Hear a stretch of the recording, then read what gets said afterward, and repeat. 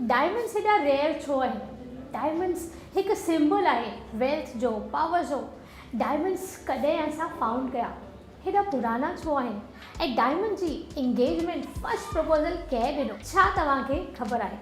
The biggest diamond यानी कि सभिनि खां वॾो डायमंड फाउंड थियो हुयो साउथ अफ्रीका में 1905 में। जी हा, उनजो 1.33 पाउंड्स हुयो ऐं 3106 कैरेट जो उहो डायमंड हुयो। ऐं 1905 में किंग एडवर्ड III खे इहो डायमंड हुनजे 66 बर्थडे ते एज़ ए गिफ्ट ॾिनो हुयो, जंहिं पंहिंजे माइंड में हुनखे फाउंड कयो हुयो। रशिया जेको आहे उहो नंबर 1 प्रोड्यूसर आहे डायमंड्स जो, ऐं सॼी दुनिया में सिर्फ़ु 20% ई डायमंड्स ठहंदा आहिनि जेके असांजे सॼी दुनिया में उन खां पोइ उहे पहुचाया वेंदा आहिनि। अमेरिका हिकु अकेलो अहिड़ो देश आहे जो 40% डायमंड्स परचेज़ कंदो आहे, जॾहिं कि अमेरिका डायमंड्स खे प्रोड्यूस बि न कंदो आहे।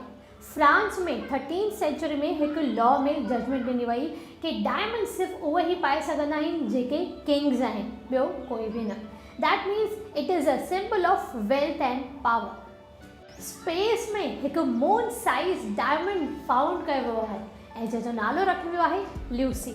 मीटेरॉइड्स यानी कि स्पेस मां कुझु पत्थर असांजे धरती ते किरंदा आहिनि ऐं इहो साइंटिस्ट फाउंड कयो कि उन मीटेरॉइड्स में कंहिं मीटेरॉइड्स में हिकु नंढो डायमंड लिकियलु आहे। डायमंड्स आर सो रेयर छो कि जॾहिं बि असांखे डायमंड्स खपंदा आहिनि असांखे धरती जो 250 टन खोदणो पवंदो आहे।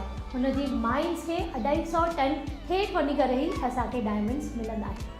फर्स्ट डायमंड प्रपोज़ल थियो हुयो 1477 में। जी हा, उन सदीअ में हिकु राजा पंहिंजी फियांसी खे डायमंड रिंग ॾेई करे प्रपोज़ कयो हुयो। हुन पंहिंजी इंगेजमेंट ते उहा रिंग रखी हुई। हुनजो नालो आहे आर्च ड्यूक मैक्सिमिलियन ऑस्ट्रेलिया जो, जंहिं मैरी ऑफ बर्गंडी खे डायमंड रिंग ॾेई करे प्रपोज़ कयो हो। इहा इंगेजमेंट हुन सदीअ जी सभिनि खां महांगी इंगेजमेंट हुई, छो जो हुनजी जेका रिंग हुई उहा सभिनि खां महांगी हुई।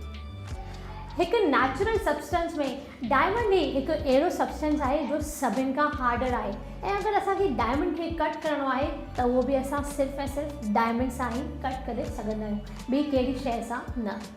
स्पेस में हिकु ग्रह जो खोज थियो आहे जेको हुनजो 1/3 पोर्शन फुली डायमंड्स जो आहे। जी हा, 33.3% डायमंड जो आहे ऐं बाक़ी जो पोर्शन कार्बन जो आहे ऐं अञा उनखे नालो न ॾिनो वेंदो आहे। साइंटिस्ट सोचनि वेठा कि इन ग्रह खे छा नालो ॾियणु खपे।